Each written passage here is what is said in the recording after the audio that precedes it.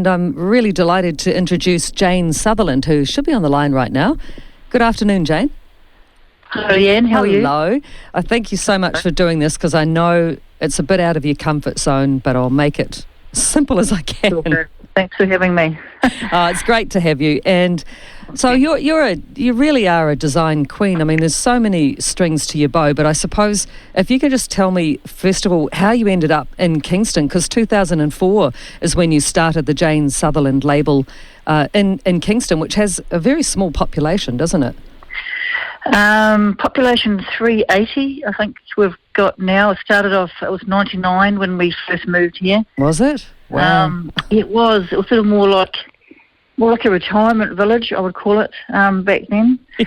But but I was in Dunedin at the time, working in, it was called Flux's Contemporary Art Gallery, learning to make jewellery. Actually, I ended up working with a master goldsmith,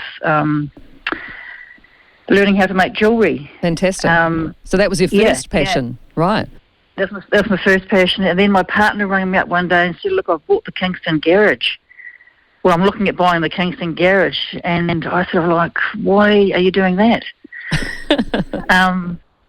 So that's how we kind of... Yeah, you probably didn't want that answer. He's probably like, great. And you were like, why? Yeah, absolutely. Yeah. So I sort of came back and forth from Dunedin to Kingston for quite some time, actually, and ended up living here eventually. So it was quite a transition from the city to population 99. Heck yeah. It would. I mean, I moved here about 2002, I think it was. And I remember when your husband started up that garage, and it was a pretty different place even to what it is now. So it would have been quite a culture shock for you coming from buzzy Dunedin. That was 1999. 1999 when that happened. Yeah. Wow. Big culture shock. Yeah. But wouldn't change it for the world now. Yeah, and that was my next question. So what's so great about being in a small community like this and being able to still create like you do? I think it's just nice, that community feel, that the whole having a small community. It's also the fact of, like, I get up in the morning and I go for a kayak. I've created a small group of women, the 6 of us, and we've called ourselves the Pod. We go swimming every morning at 6 o'clock in the morning. Do you? So we do. Even now? Even now, we do right through till snow, June, July. Yeah, pretty much all year round, actually. Wow. Yeah. That's impressive. Yeah. In wetsuits, yeah? Yeah, we're fully suited up. We've got wetsuits, the headgear, booties. Yeah. Yeah, we're in the lake probably 30 minutes, so it's good wee stretch. You know, I think that's an idyllic way to start the day. I'd be pretty keen to try that. I've tried, doing a lot of cold water swimming as the summer sort of died, and I was swimming until recently, but I haven't been back in, and that was without, a wetsuit. It's incredible. It's very invigorating. So good for you, hey? Yeah, absolutely. Yeah. Sets you up for the day. It takes about lunchtime to sort of get back to a normal body temperature. It takes about lunch. I bet you have long showers after that. Very long showers. Yes, the power bill's gone up considerably. Good on you, Jane. I think it's brilliant. The pods, so you can do that. You kayak. You've got this amazing lifestyle on the lake. Absolutely, and we do spend a lot of time on the lake. Yeah. Yeah, and it's a great spot, Kingston. Now, your workshop's there and everything, isn't it? The workshop's here, which I've just opened to the public. It's kind of, back then it was pretty hard to find a space to have a workshop in Kingston. So initially I was working out of a hothouse, actually, a huge big tunnel house, I suppose you'd call it, and we built a workshop inside that, believe it or not. So that used to get down to sort of pretty cold temperatures in the winter and then up around 50 degrees in the summer. Goodness. So then I switched into, I eventually built a workshop studio, which I'm operating out of now. Is that working well for you? It's going really well, actually. Yeah, I do my jewellery in here. I've got it set up as a store. I've got some clothing racks in here, and it's kind of on the main road. State Highway 6, so I get a lot of people calling in. I mean, destination shopping. Exactly, because it is. You drive, well, you used to drive right past, because that's how I think I first discovered you, and I just called in one day and I didn't know what to expect, and I see these incredible clothes that I love to this day, and I've got quite a few of yours now, and I think they're just amazing, and the jewellery. But if I'm listening now and I'm driving from Queenstown to Invercargill, can people, are you open for retail, during the day at the moment for customers? Yeah, absolutely. I have, there's a big sign on the roadside. I'm directly beside the Kingston Garage, and there's plenty of signage. I'm obviously not open all the time, but when I'm in here working, making jewellery and such, I'm always open. Yep. Yeah, which is quite a lot. Mm. Do you get a lot of phone and orders online for your clothing? Probably 80% is through my online store. Yeah, that's a lot. Yep. That's a lot. Yeah. Because I was wholesaling throughout the country until maybe 3 years ago, and then I decided to start just selling direct to customers and through my website online. And it's worked really well, obviously. It's worked well. It's a bit of a risk at the time, I sort of, but it's working really well. So long may it continue. So is that your secret then? So in terms of COVID and this pandemic, hate to bring it up, but is that what kept you going? So the orders kept coming in, you kept on working, nothing much changed for you, or did it? Well, it kind of did. I switched to, I kind of stopped making jewellery for a long time and was focusing on the clothing. And then when COVID sort of hit around that time, I had all this metal and silver and stuff on hand, so I went back to making jewellery again, which I could do from my workshop. So I've sort of stuck with the jewellery. I'm loving it again and finding it's actually, you don't have to try it on. So women are enjoying looking at it online, and then... Yeah. True. Yeah. So jewellery is taking off. It's a big seller.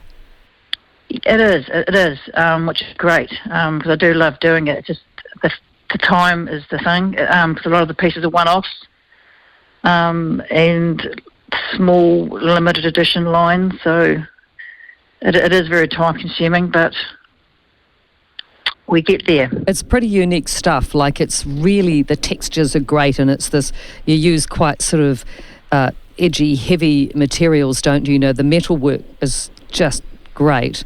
I think carry on. And I like to, I like to, with the clothing that I do make, I like to add metal detailing onto it. So there's, in a lot of the garments, there is that little touch of the metalwork added to it, which a lot of women seem to enjoy.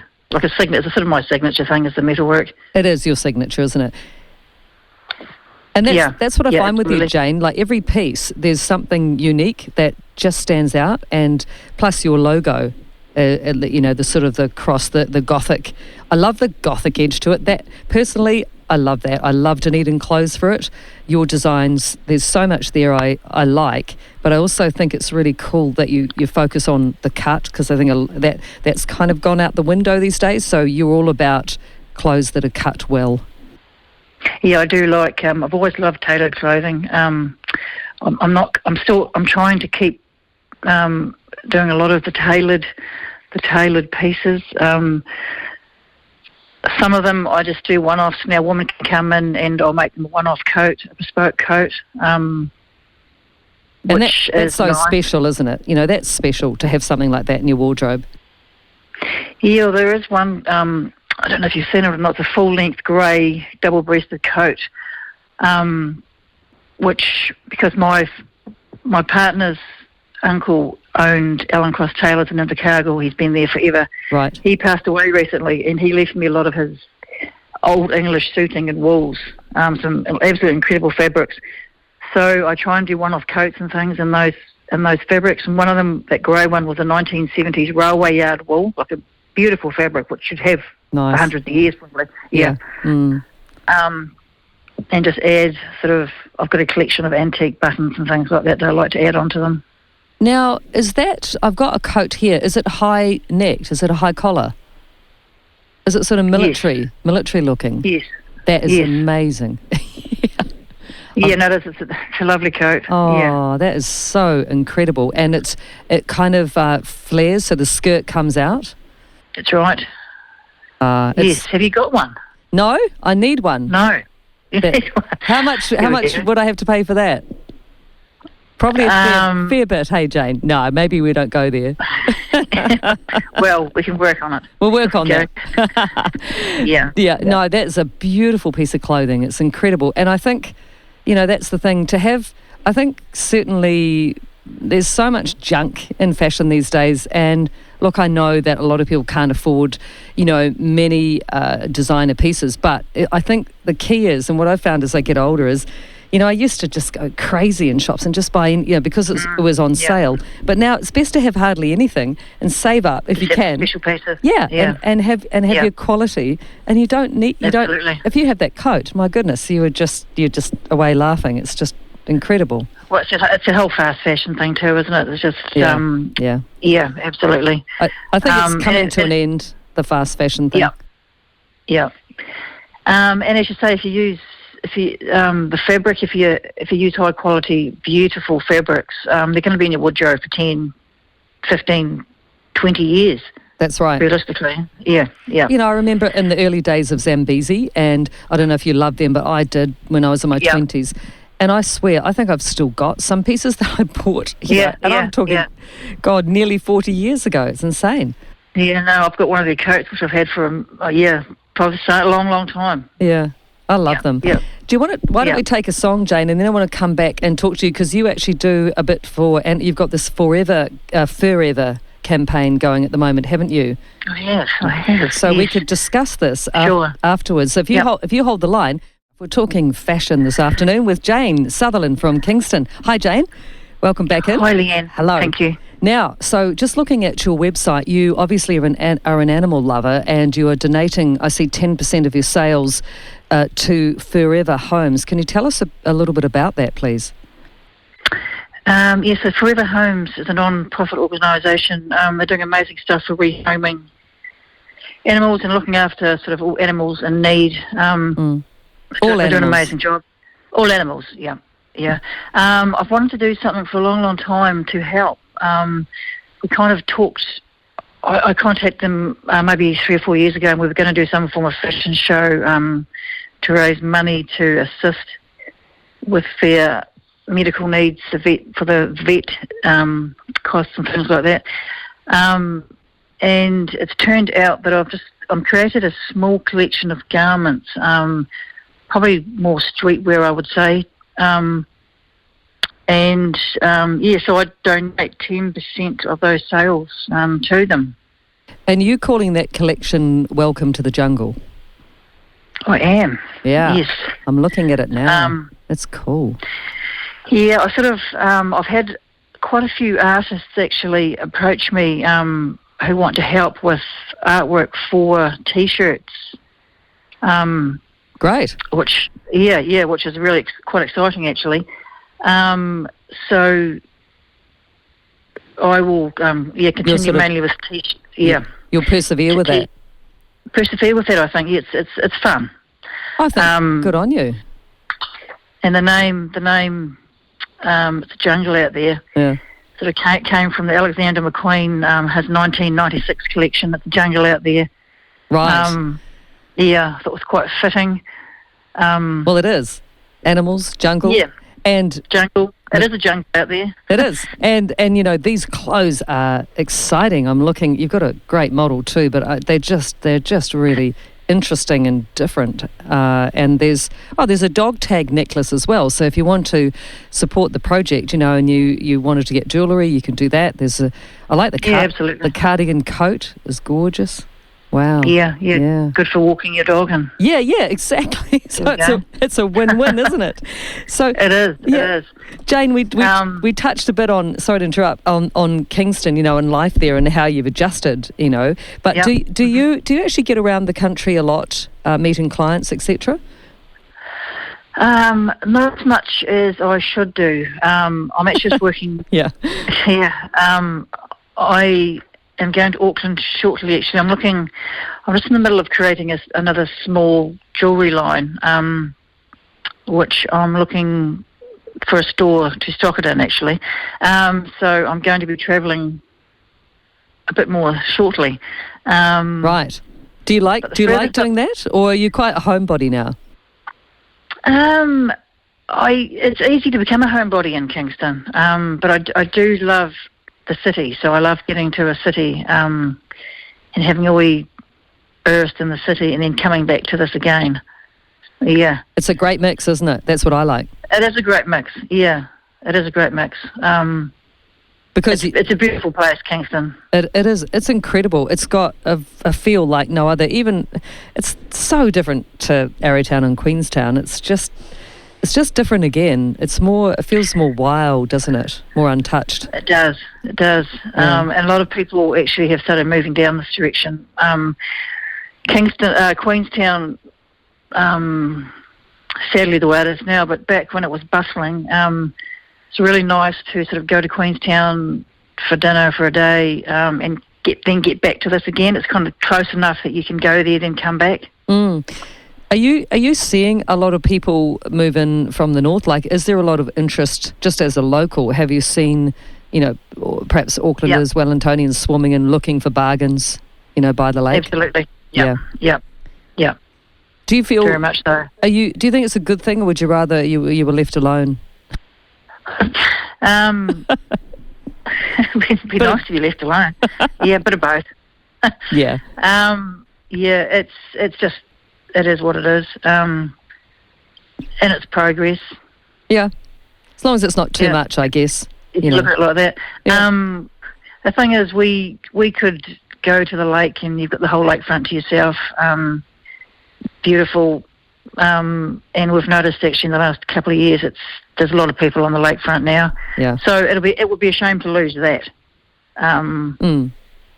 Yeah. What's happened to the cafe? Because I'm really disappointed because did that close up, the one on the main road? It closed up and it's recently sold actually. Oh. So yeah, looking at maybe, we just heard yesterday within the next 4 weeks that will be reopening. Good, because it's needed. Yeah, it's a good spot to stop. Although, absolutely, I do like the Coffee Bomb in Athol. Coffee Bomb in Athol's fantastic, isn't it? Yeah, I'm glad. Good. We need to publicise that. Tell the nation about Coffee Bomb because it is so fun. It's such a good meeting place. Absolutely, and of course, we all know Kingston as the home of the Kingston Flyer. Is the train still sitting there looking sad? It's looking a little bit happier. It's had a couple of short runs of late. There is talk. Yeah, there is talk of it. I think starting up again by Christmas, just doing short runs to Fairlight. Yeah. Oh, good. It's just really nice to hear the train going.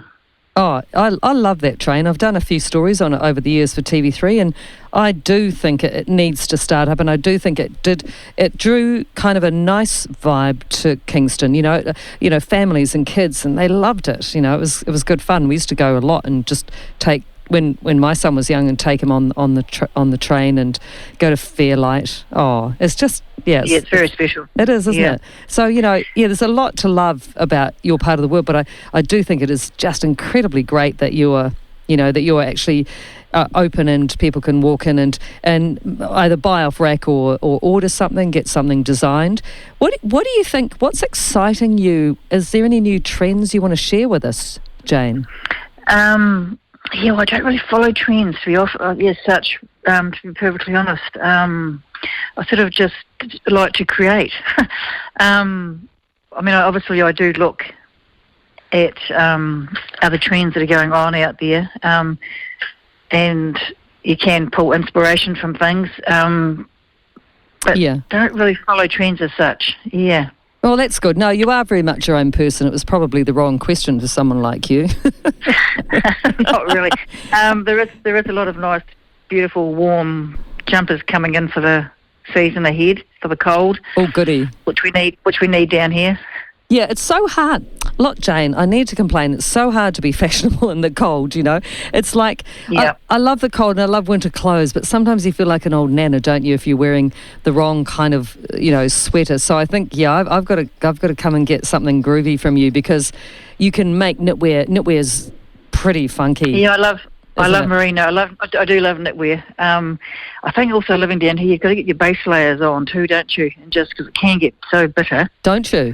I know. As you say. Yeah. It's like a good coat. Yeah. A good coat, and so you've got loads of layers. So, you get hot in the inside and then you're freezing outside. And one thing I always underestimated was just like, actually this May's been really weirdly warm, but normally by this time, you're really layering up, and if you don't, you pay the price. Your extremities start to go. But you have some cool things, because I got that birthday present recently, which was, and it's that beautiful tan and black, and it's merino, so it's shirting, but it's also got that warmth that's so good.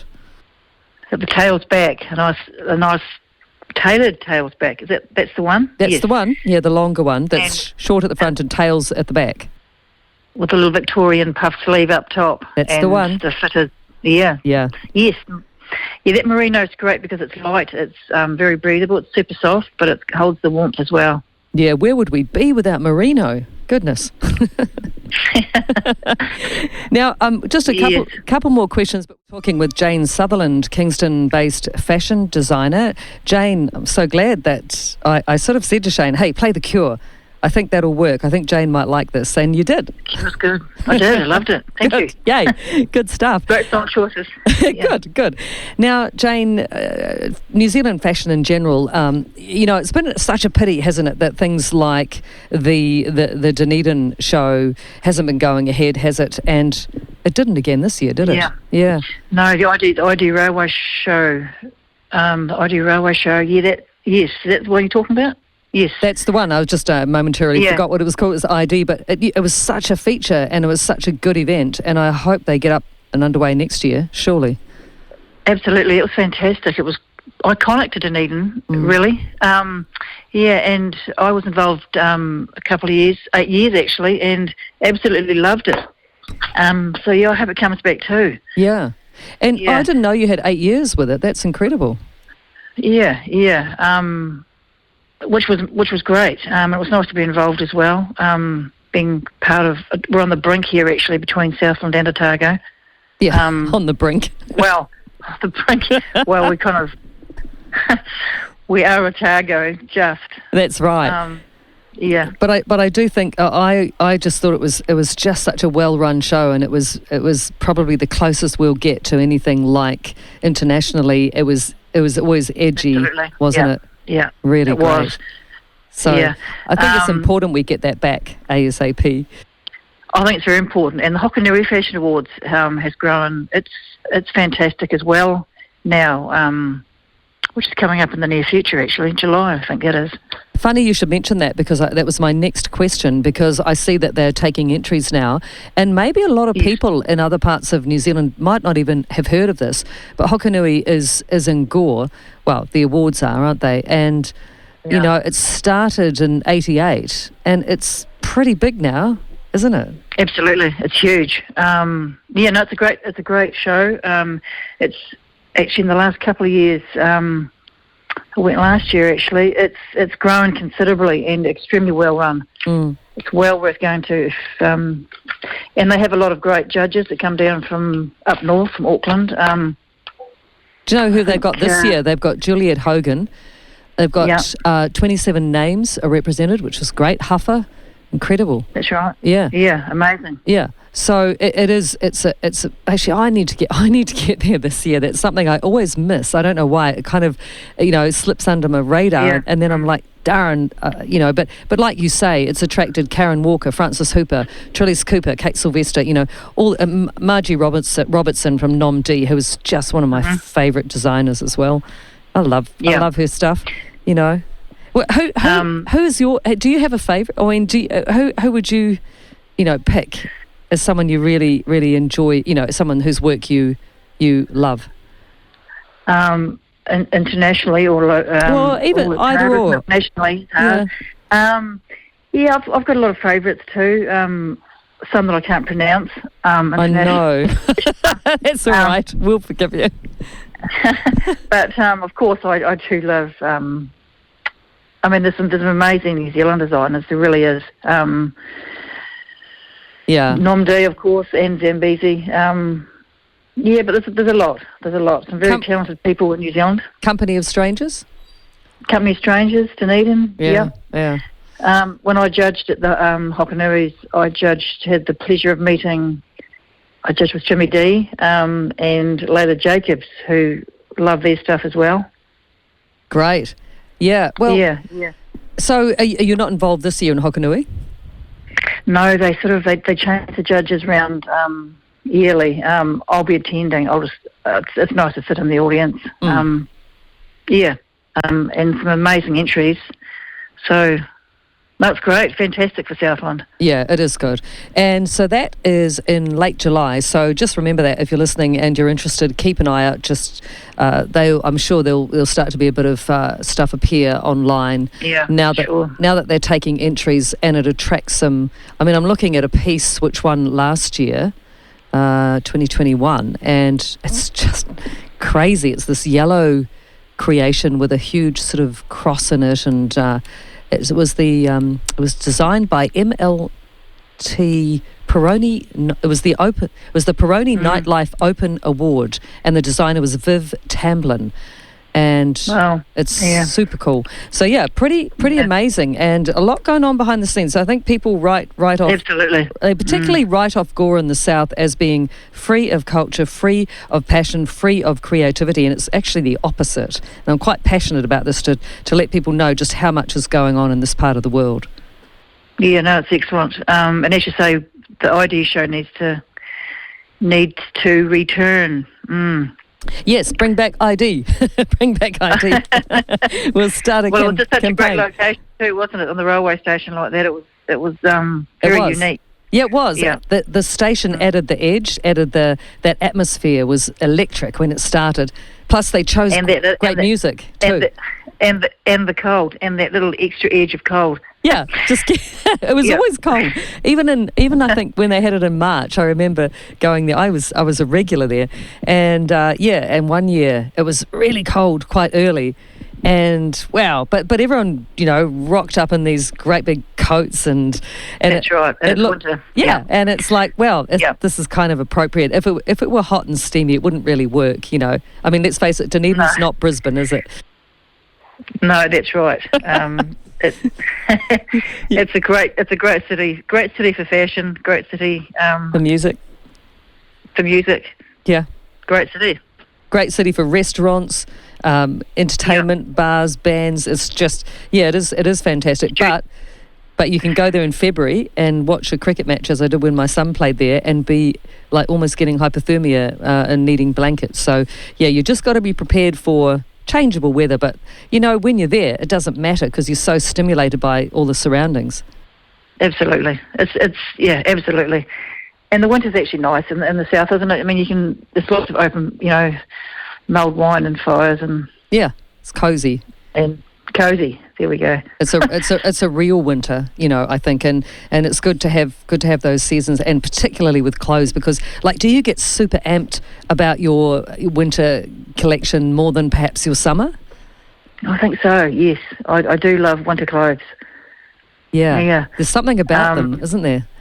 There really is. Yeah, there is. And summer, but winter, definitely winter. All those nice wools and suitings and yes, beautiful fabrics. That's right, and boots. Boots are the bomb, aren't they? I mean, boots with your clothes, they just work. And coats. I mean, I love coats. You can't beat a nice coat, a good coat. Yeah. Right. Well, I'm going to let you go now, but I'm going to go away and dream about that beautiful grey coat. Grey coat. Well, you can come on down and visit, and I know. We can work on that. Bring my credit card, and honestly, what I'm trying to encourage actually, is for groups of women as well to come and visit in the workshop studio. Don't have to come alone. It's quite nice to have a wee group and a a wee glass of bubbles. Yeah. Oh, gosh, Maybe. yeah. Gosh, yes. And, come and make it like a wee trip. So zip down to Kingston. It'll be good when you can go and get a coffee there, and go visit you, have a walk along the lake. Just chill a bit in Kingston, and then Absolutely. go back to the metropolis of Queenstown. That's it. There we go. Go for a swim. Come down for a swim in the morning. Yeah. What time do you do that again? 6 a.m. 6 o'clock. 6 a.m. Oh, that's brutal. And it's dark. It's dark as well. Oh, yeah. I think you're incredible. Oh well. What does your husband? What does your partner think about it? Does he support you? He thinks I'm mad. Yeah. But you're like, I feel amazing. So who's the winner here, mate? Yeah, that's right. Hey, well, say good day from me, I'll talk to you. and Thank you. I will let you go now, Jane, and I do appreciate it so much.